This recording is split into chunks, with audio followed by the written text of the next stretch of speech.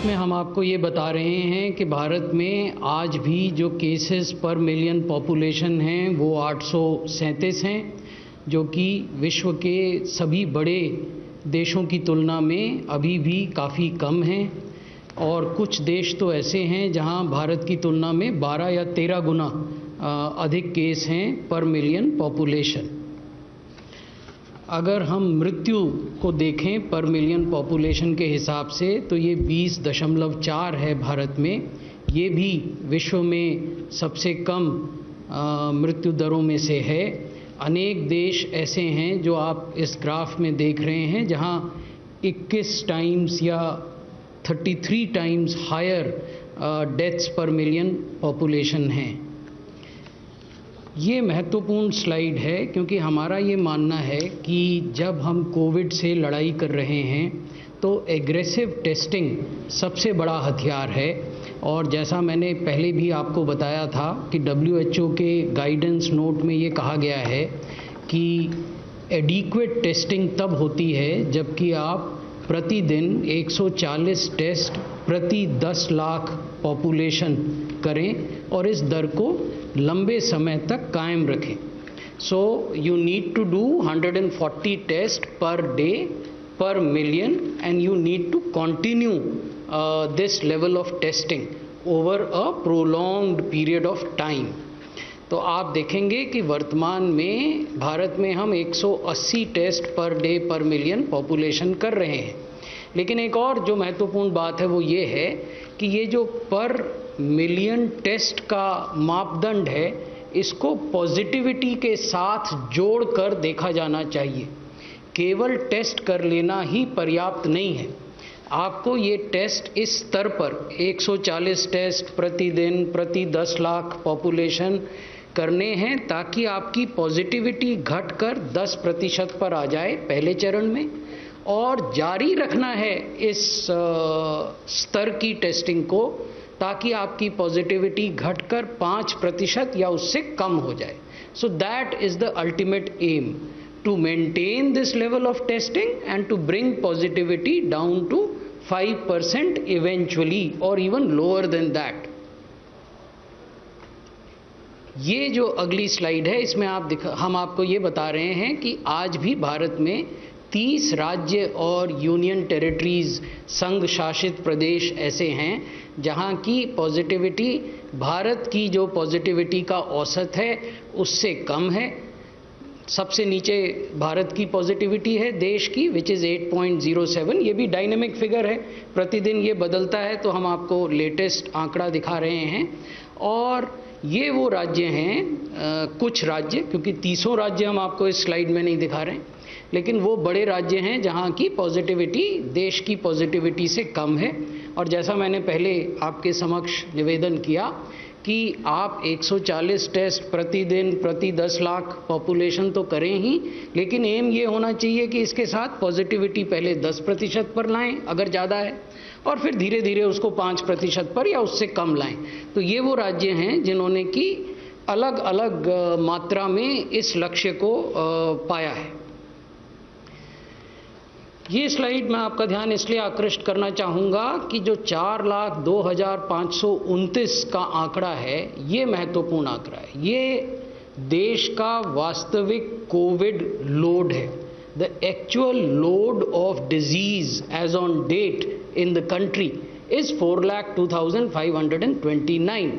और दूसरी तरफ वो 7,24,000 के लगभग लोग हैं जो कि ठीक हो गए, भले चंगे हो गए, अपने घर चले गए, रिकवर कर गए हैं। तो जब हम आंकड़ों की बात करते हैं तो ऐतिहासिक आंकड़ों में हमें उलझना नहीं चाहिए।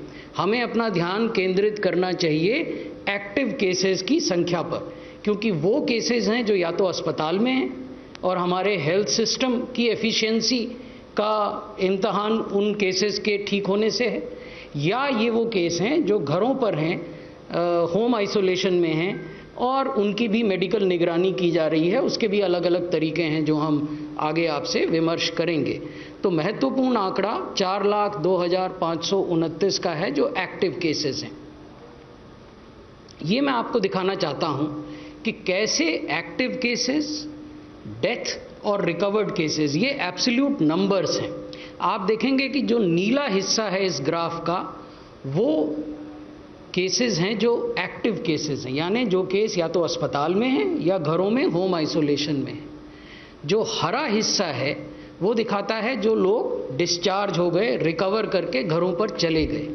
और जो बीच में लाल हिस्सा है वो डेथ्स का है, वो मृत्यु जो अनफॉर्चुनेट हुई इस बीमारी से, उसको दिखाता है। आप देखेंगे कि निरंतर जो नीला क्षेत्र है ग्राफ का वो घट रहा है और जो हरा एरिया है ग्राफ का वो बढ़ रहा है, यानी रिकवरी दिनों दिन तेजी से बढ़ रही है और एक्टिव केसेस की संख्या दिनों दिन कम हो रही है। महत्वपूर्ण बात ये भी है कि जो लोग आपके पॉजिटिव होते हैं और एक्टिव केसेस में आते हैं, उनमें से कितने की जिंदगी, कितनों का जीवन हम अपनी वर्तमान स्वास्थ्य व्यवस्था के तहत बचा नहीं पाते हैं, उसको हम केस फर्टिलिटी रेट से उसका आकलन करते हैं। और आप ये देखेंगे कि over a period of time the case fatality rate has dropped significantly to 2.43%, and this is a tribute to our frontline healthcare workers, our doctors, our nurses, our paramedical workers and other caregivers। ये उन सब के dedicated और सम्मिलित प्रयासों का फल है कि आज भारत जैसे बड़े देश का, जहाँ की स्वास्थ्य सुविधाओं की अक्सर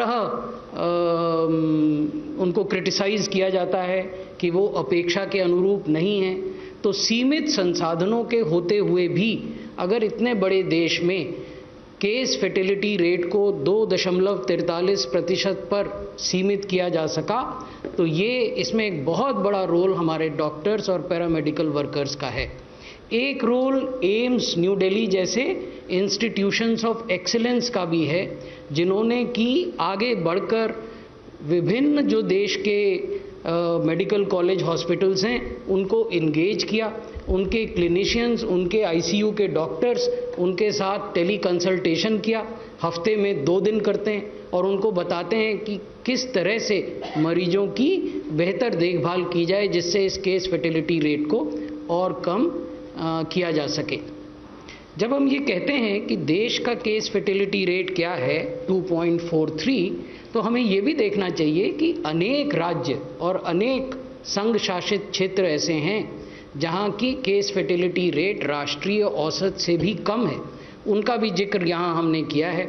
और ये भी एक संतोष की स्थिति है कि ये वो राज्य और संघ शासित क्षेत्र हैं जहां 1000 या उससे अधिक केस रिपोर्ट हुए और तब उनका फर्टिलिटी रेट इतना है। जहां मान लीजिए केवल 100 ही केस हैं या 200 केस हैं, संभवतः वहां केस फर्टिलिटी रेट की तुलना राष्ट्रीय औसत से करना उचित नहीं होगा। इसलिए हमने आपको वो तुलना दिखाई है ऐसे राज्यों की और ऐसे यूटीज़ की जहां 1000 या 1000 से ज़्यादा केसेस हैं, उसके बावजूद उनका केस फर्टिलिटी रेट देश के केस फर्टिलिटी रेट से बहुत कम है। तो ओवरऑल ये मेरी अंतिम स्लाइड थी।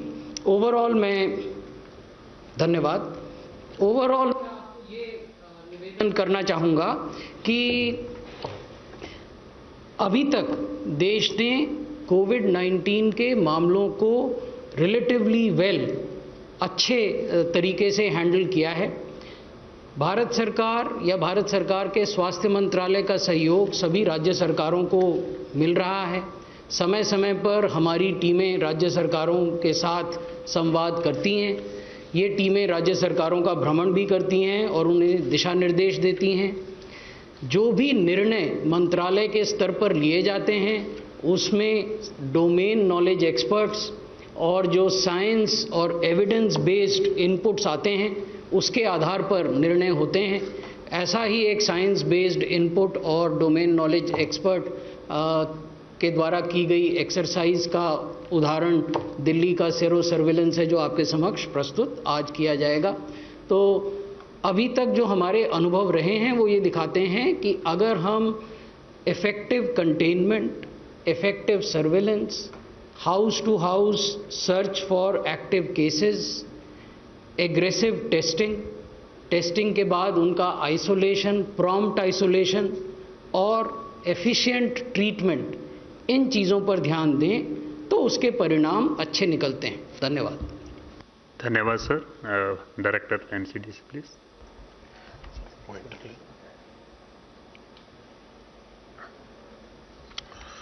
धन्यवाद और सभी लोगों को नमस्कार। मैं आज आपके समक्ष एक साइंटिफिक स्टडी सीरो प्रेवलेंस पे जो दिल्ली की आबादी के ऊपर की गई थी उसके बारे में एक संक्षिप्त विवरण प्रस्तुत करूंगा। जैसा कि आप सभी इस बात से जानकारी रखते हैं कि हमारे पास दो प्रकार के टेस्ट होते हैं। अगर कोई भी संक्रमण चाहे वायरल हो, बैक्टीरियल हो या किसी और पैरासिटिक हो, वो बॉडी में दो प्रकार के रिस्पॉन्स जनरेट करता है। पहला है एंटीजन रिस्पॉन्स और दूसरा है एंटीबॉडी रिस्पॉन्स। ये हमें समझना बहुत आवश्यक इसलिए है कि जो कोविड-19 के इन्फेक्शन में हम रिस्पॉन्स देखते हैं, पहला रिस्पॉन्स हम मेजर कर पाते हैं, वो है हमारा एंटीजन रिस्पॉन्स, जिसको पकड़ने के हमारे पास दो प्रकार के टेस्ट आज की तारीख में मौजूद हैं। पहला है RT-PCR टेस्ट, जो कि सभी लोग जानते हैं, हम लोग शुरू से उसको निरंतर अपने उसमें बढ़ाते जा रहे हैं और आज देश में इसके 1000 से ऊपर भी टेस्टिंग सेंटर्स मौजूद हैं। दूसरा है हमारा रैपिड एंटीजन टेस्ट, जो अभी रिसेंटली इंट्रोड्यूस हुआ है और जिसके तहत हम लोग जो टेस्ट का रिजल्ट हम लोग करीब 24-48 घंटे में भी पा रहे थे, वो आज इस टेस्ट के द्वारा मात्र आधे घंटे में पता लग सकता है। लेकिन इसमें थोड़ी सी वो है संभ्रांति है कि सेंसिटिविटी और स्पेसिफिसिटी RT-PCR के मुकाबले थोड़ी कम है। तो पॉजिटिव हो जाते हैं, लेकिन नेगेटिव को अगर उनको सिम्टम होते हैं तो दोबारा टेस्ट किया जाता है। इन दोनों टेस्टों का एक उपयोग यह है कि व्यक्ति के ट्रीटमेंट में और मैनेजमेंट में सहायक होते हैं। ये यहां पर ध्यान देने की बात है, ये व्यक्तिगत रूप से हमको ट्रीटमेंट और मैनेजमेंट में सहायक के रूप में कार्य करते हैं दोनों टेस्ट। दूसरा हमारा टेस्ट है एंटीबॉडी डिटेक्शन टेस्ट। ये हमारा टेस्ट है जो कि हम सीरो सर्वेलेंस कहते हैं और सीरो सर्वे स्टडीज में इसको उपयोग किया जाता है। इसका मुख्य उद्देश्य है एक कम्युनिटी प्रेवलेंस और कम्युनिटी इन्फेक्शन का प्रेवलेंस एट कम्युनिटी लेवल और पॉपुलेशन लेवल असेसमेंट का ये हमारा एक मापदंड माना जाता है। अगर हम इसका देखें कि इसकी हमें आवश्यकता क्यों पड़ी और यह आवश्यकता क्या है साइंटिफिक स्टडीज में, तो हम जहां तक मैं एक आपको उदाहरण के तौर पर देना चाहूंगा कि हम कोई सा भी सर्वेलेंस नेटवर्क लगाएं, कहीं ना कहीं हमारे कुछ लोग इन्फेक्शन से जो संक्रमित होते हैं या जो इन्फेक्शन को एक्सपोज होते हैं, वो हमारे सर्वेलेंस के दायरे से छूट जाते हैं। और वो स्वाभाविक भी है, क्योंकि वो लोग एक तो वो इंक्यूबेशन पीरियड में हो सकते हैं, दूसरे वो एसिम्प्टोमेटिक फेज में हो सकते हैं, तीसरे वो प्री सिम्प्टोमेटिक फेज में हो सकते हैं, और तीसरा चूंकि हमें वायरल लोड बिल्टअप होने में हमारे अपने शरीर की अपनी क्षमता होती है, जिसके अनुसार शनै वायरस का हमारे शरीर में एक लेवल बढ़ता है और जब वो लेवल एक टेस्ट को पकड़ में आने की सेंसिटिविटी के दायरे में आता है, तभी वो टेस्ट उसको पकड़ पाता है। तो इस प्रकार कुछ लोग हमारे इसके दायरे से बाहर रहते हैं। वो बर्डन हमको एसेस करने के लिए और वो बर्डन हमको बताता है कि हमारी पॉपुलेशन में किस हद तक एक वायरस का एक्सपोजर हो गया है। तो इसी को हमने डिटेल में जानने के लिए ये सीरो सर्वे किया। आप सभी को जानकारी है कि इससे पूर्व एक ICMR ने सीरो सर्वे किया था, जिसमें कि उन्होंने पूरे देश में सर्वे किया था और 0.07 प्रेवलेंस निकला था। ये दो प्रकार का सर्वे था।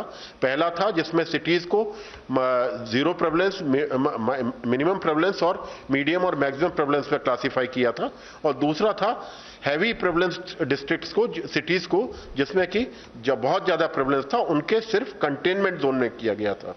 तो इसी प्रकार दिल्ली में यह सर्वे सिर्फ साउथ ईस्ट डिस्ट्रिक्ट के कंटेनमेंट जोन में किया गया था और वहां पर यह सर्वे हमको यह बताता था कि यहां पर प्रेवलेंस या वायरस का एक्सपोजर एक लेवल से आगे हो चुका है।